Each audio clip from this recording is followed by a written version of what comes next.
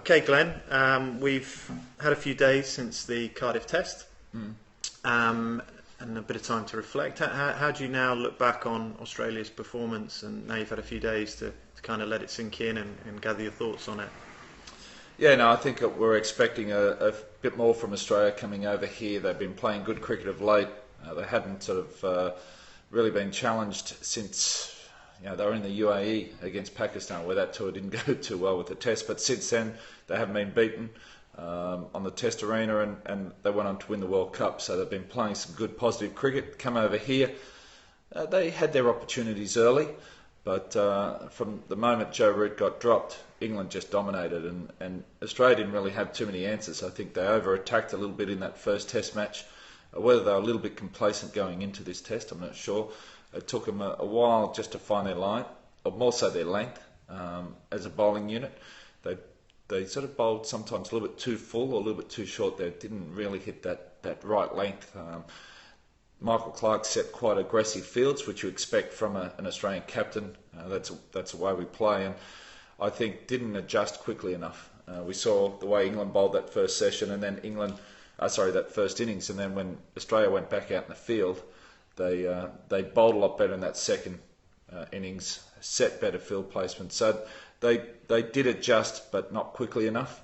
And I think England, especially with Joe Root, just took the game away from Australia, and England outplayed them in every department. It's not nice for you to say that as an Aussie. Nice to hear that as an Englishman, but it's an Ashes series, I guess. It'd be fair to say, though, that it wasn't all negative for Australia. There were some good performances. Who do you think, watching the first Test, who were the guys that you kind of looked at and thought, you were pleased with what you saw? Yeah, no, I was really happy for Chris Rogers. Shame he didn't go on and get that 195. He played exceptionally well. You look at our bowling unit. Josh Hazlewood, I thought bowled well, got better as the Test went on. Not quite as good as what I thought he'd do in the first innings, but adjusted well. And he's the type of guy that hits good areas, gets good bounce out of any wicket really. And it was pretty tough, the one in Cardiff, but I think he'll be looking forward to going to Lords, and he'll just get better. That's really his first time bowling here in the UK, and obviously the first Test he's played in the UK, so he'll be better for the experience.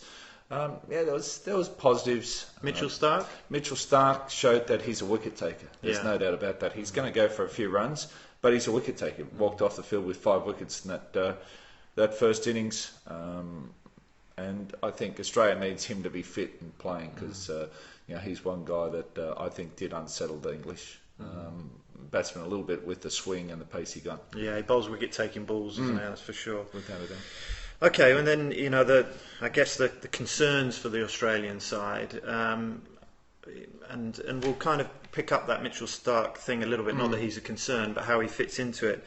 There's a lot of talk of Mitchell Johnson's performance, mainly because of his figures, really, and I guess it's because he obliterated us in the last Ashes series. How did you see his performance?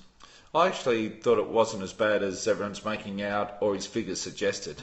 It's not a wicket you're going to blast teams out on. In Australia, he was exceptional. He was strong. He was fit. Everything was going well. Quick, bouncy wickets, and bowled exceptionally well. We're not going to get those quick, bouncy wickets here. He's had a bit more of a bowling under the belt, so he hasn't just come off an off-season as well. But I was happy with the way he bowled. I thought he bowled with more control than I've seen him bowl here in the UK before. He was swinging the ball, and I just think I've seen him bowl a lot worse than that and walk off the field with better figures. So he just has to be. I think he'll be happy with where he's at, and just keep doing that. If you keep bowling well and you're happy with what areas you're bowling, the wickets will come. So I think that wicket there didn't suit his style of bowling at all. He hung in there, picked up a couple of vital wickets there in the second innings, which is always good for his confidence. And then he went on to get 70 with the bat.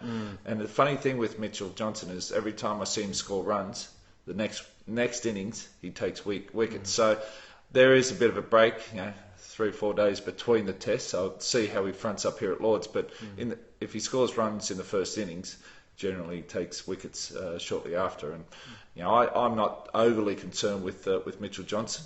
What I saw, I actually liked, and I thought his figures didn't do him justice. Okay, fair enough.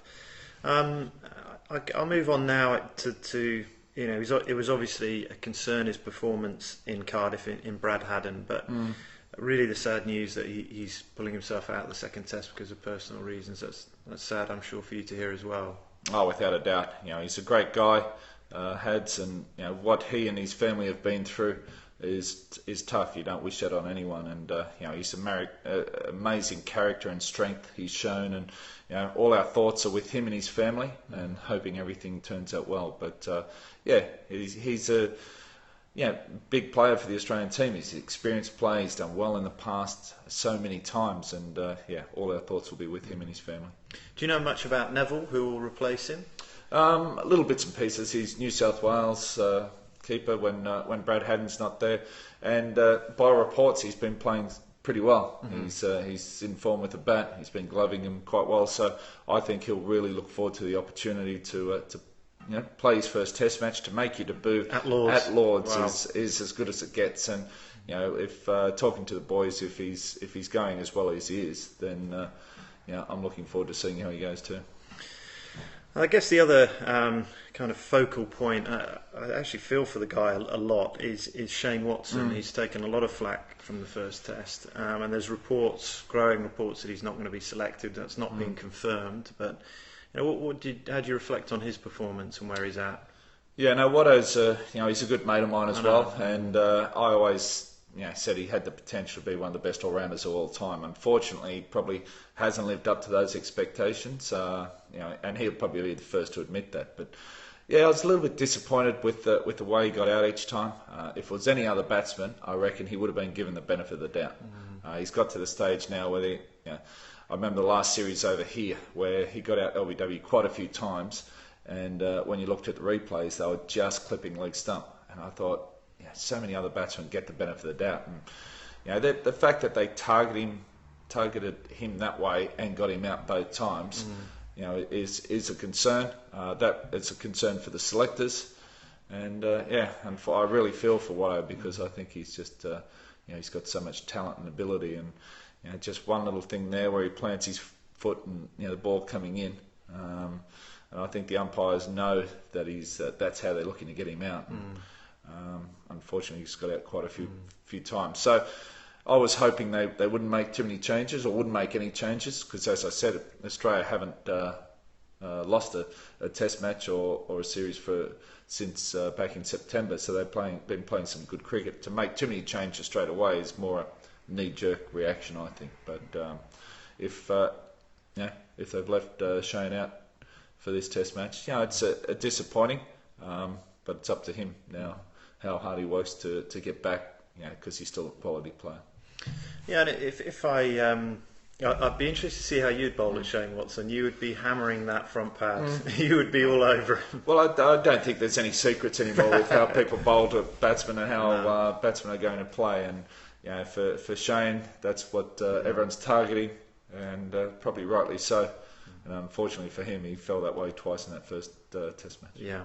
If let's move it on a little bit to the balance of the bowling lineup, because I did read your newspaper column in the Daily Telegraph. You're saying that there shouldn't be any changes and no panic. And if Watson does get dropped, and I know we're talking about ifs and buts, and Mitchell Marsh comes in, who's been very strong with the bat on this tour, probably a little less control with the ball. Is there? It brings up a dilemma, I think, for the Aussie selectors, in that I feel like they'd be reluctant to take Mitchell Starc out and Josh Hazlewood out. Mitchell Marsh coming in, whether there's an argument that they need a bit more control within that lineup, a Peter Siddle type bowler, particularly at Lords, which might be a little bit more helpful. What are your thoughts on all of that? Yeah, I think they wouldn't go that way. Okay. Because I think the tail will be too long. To go in with 4 quicks and a spinner, it just makes the batting lineup a little bit too vulnerable. So that's why bringing Mitchell Marsh in. If that's the way they went, they'd go all rounder for all rounder. So, and I think they'd have to go that way. And Mitchell Marsh has been in good form this series. He's already got 100 under the belt and playing well. So, I would if Siddle came in, it would be at the expense of one of the bowlers. You could to drop Watto and bring in Sids, I think it just would leave, like I said, the batting lineup would be just a little too vulnerable. But do you think it's a possibility that Siddle comes in for one of the bowlers? Well, it depends on Mitchell Starc, how he pulls up. If he's fine to go and he can get through this test as well as the rest of the series, then he'll play. Yeah. If the selectors have some doubts how he can get through the rest of the series, or whether he's not quite right for this test match, then I see that would be the change.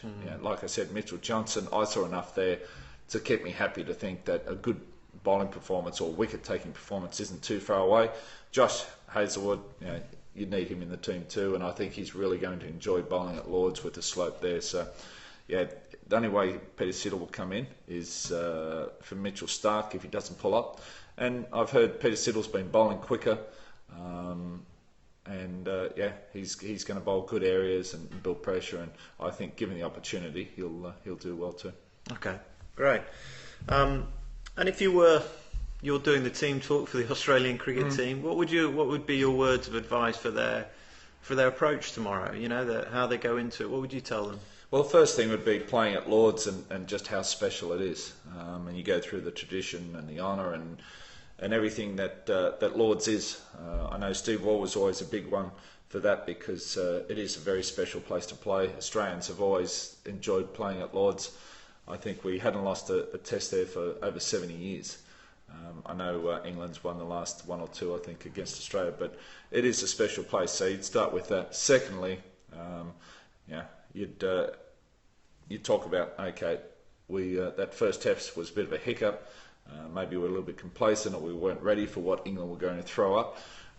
But I think also England, there was no real expectations on England. There was a big buzz. They changed their brand of cricket. They're going well. They were sort of riding a high. The emotions and the energy and everything in the country really, I think, got them up, and it was a bit, let's go out there and we've got nothing to lose type attitude, and they played exceptionally well. I can't see where they can really improve a few little areas, but they played a pretty decent test. Now they've played so well, there's a certain expectation on them now. I think the English public, the media, everyone are now expecting them to continue that the way they played. So it's slightly different pressures. So whereas Australia now really have to bounce back. You'd be saying this is time to show everyone what you're made of. We're a little bit. We didn't really put up much of a fight in Cardiff. We've got to turn things around now. This is our moment. And I think after a loss like that, you normally see a team come out and really lift. So no longer complacent, no longer just expecting to go out there and bowl them out. They know this England team has improved. They're a quality team in their own backyard. Now it's time for the Aussies to lift. Otherwise, the series is over.